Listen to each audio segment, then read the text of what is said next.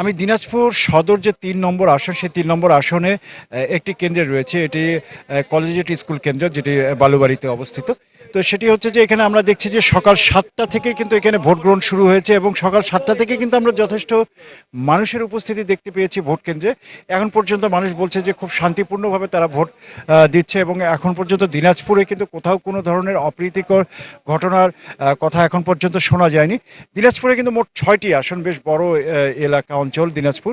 ৬টি আসনে এখানে ১৩টি উপজেলা রয়েছে এবং ভোট কেন্দ্র কিন্তু রয়েছে ৮৪৪টি সর্বমোট। তো সব কিছু মিলে এখন পর্যন্ত দিনাজপুর শান্তিপূর্ণভাবে ভোট গ্রহণ চলছে।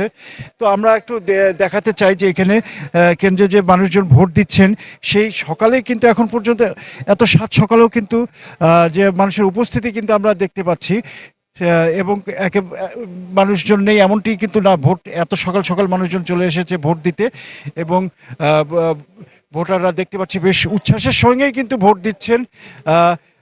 এবং এখানে আমরা দেখতে, কারণ অনেকে বলছেন যে অনেক বছর পর তারা নির্বিঘ্নে অনেক দলের অংশগ্রহণে যে ভোট গ্রহণ অনুষ্ঠিত হচ্ছে, অনেক বছর পর এরকম একটি উচ্ছ্বাসের সাথে একটা উৎসবমুখর পরিবেশে সাধারণ মানুষ এখানে ভোট দিচ্ছেন।